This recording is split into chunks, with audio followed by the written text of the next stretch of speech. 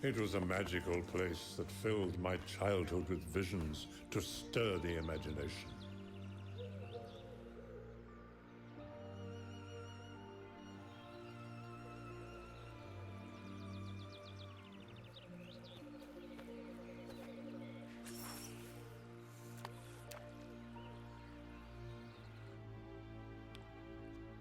And now, during the whole of a dull, dark, and soundless day in the autumn of another year, I was alone, passing through a singularly dreary tract of country, and at length found myself within reach of the melancholy house of Usher.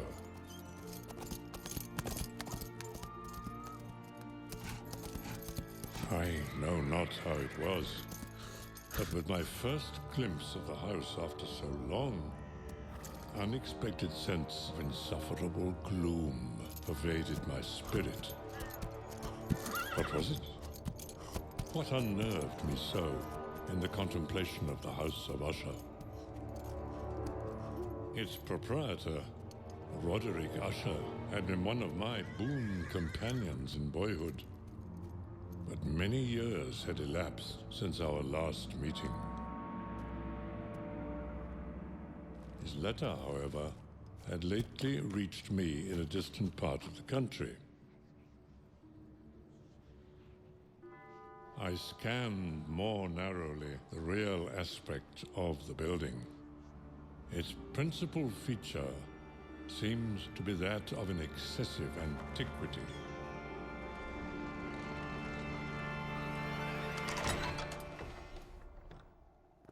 The writer spoke of acute bodily illness, of a mental disorder which oppressed him and brought an earnest desire to see me as his best and indeed his only personal friend, in an attempt to alleviate some of his malady, and I accordingly obeyed forthwith what I still considered a very singular and haunting summons.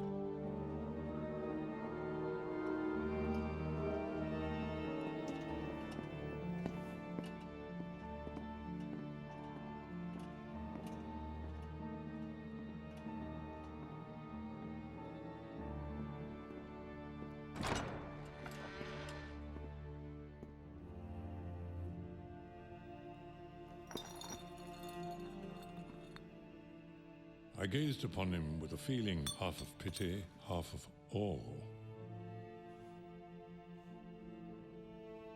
Frederick, my dear friend, I have, after all this time, been waiting for your arrival.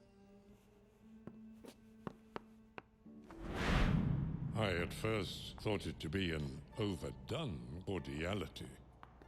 It was with difficulty that I could bring myself to admit the identity of the man being before me with the companion of my early boyhood. He entered into what he conceived to be the nature of his malady. The most insipid food was alone endurable.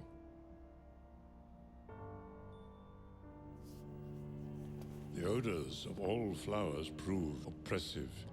His eyes were tortured by even a faint light.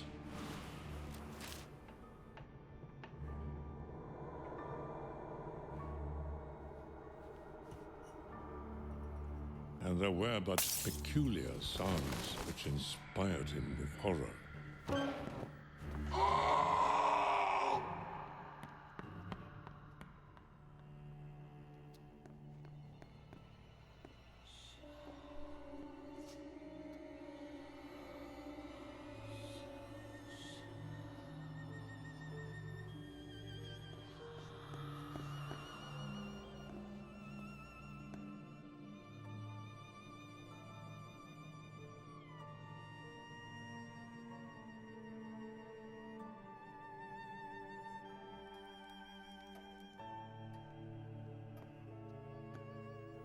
I began to question my worthiness of being present for my friend, who now existed in a world of which I held no key. I shall perish. I dread the events of the future.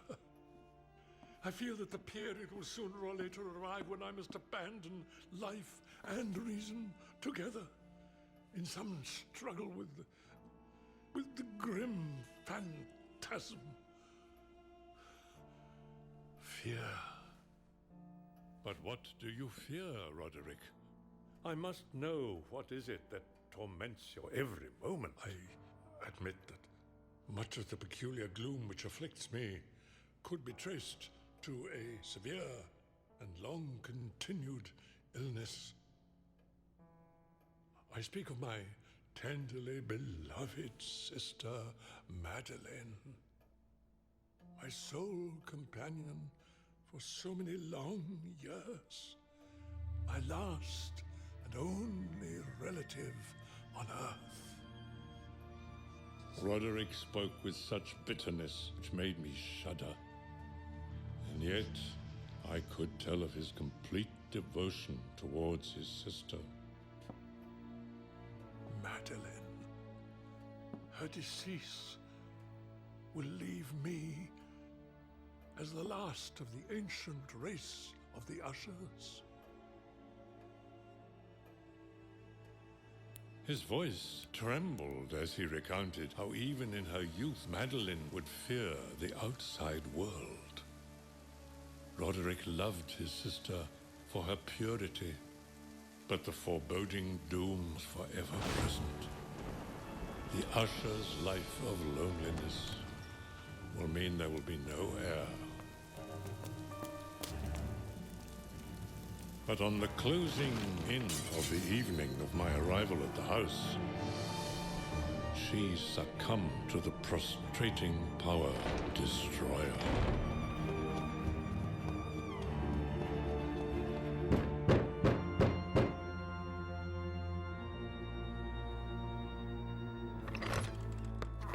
She is dead.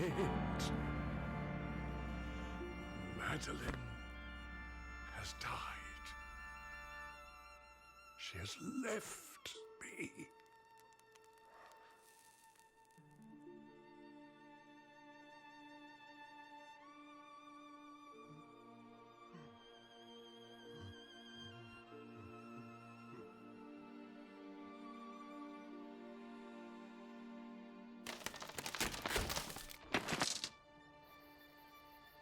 At the request of Roderick Usher, I personally aided him in the arrangements for the temporary entombment.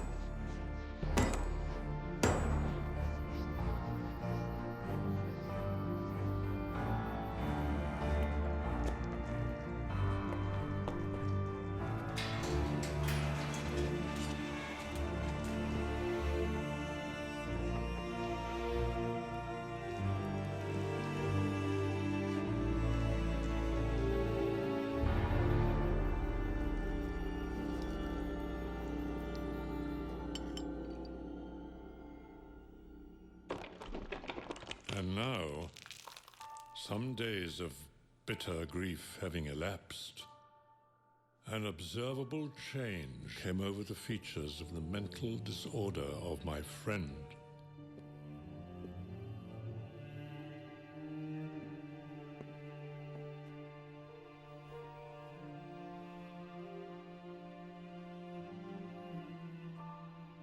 At times, again, I was obliged to resolve all into the mere inexplicable vagaries of madness.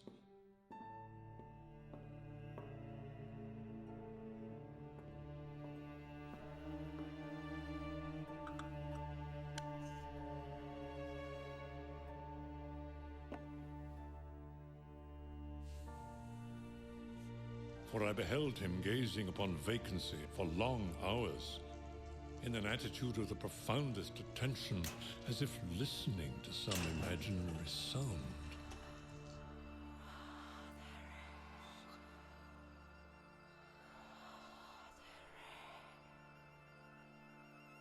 It was no wonder that his terrifying condition was creeping upon me. The wild influence of his fantastic yet impressive superstitions.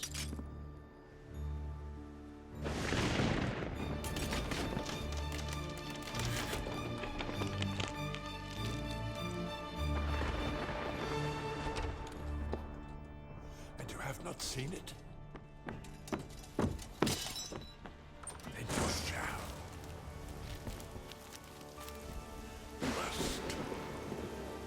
You must behold this.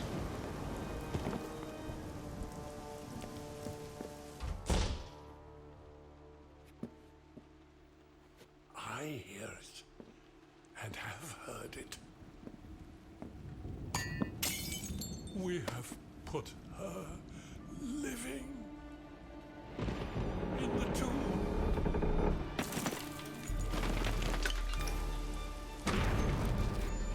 I now tell you that I heard the first feeble movements in the hollow coffin. I heard them many, many days ago, yet I dare not speak. The rending of her coffin and the grating of the iron hinges of her prison, and her struggles within the coppered archway of the vault.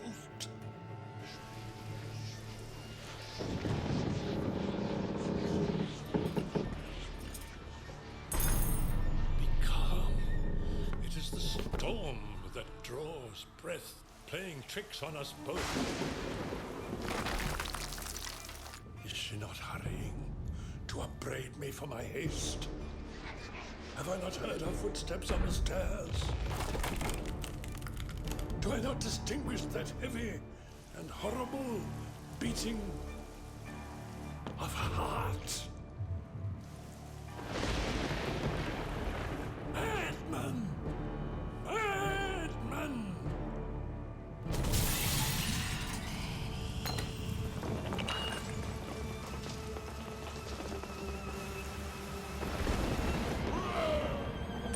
I tell you that she now stands without the door!